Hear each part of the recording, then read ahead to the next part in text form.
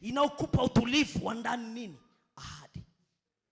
Kwamba amesema, ameitia Yeriko mikononi mwangu. Kuwa na amani si kukosekana kwa matatizo, bali ni kuwa na utulivu katikati ya dhoruba.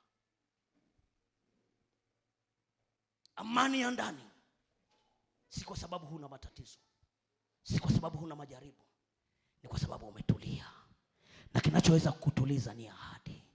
Unavuma upepo, pepo za bahari zinapovuma zinataka kutikisa, unasema yupo Mungu aliyesema hata niacha nigarikishe.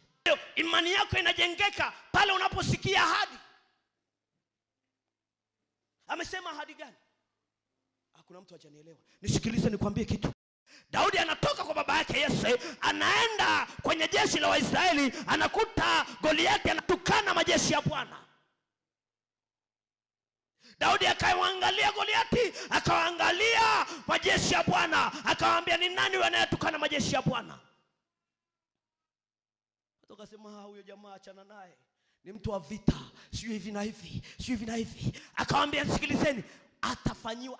Daudi alichotaka kusikia, atafanyiwa nini atakayemuua. Ahadi ya kuua.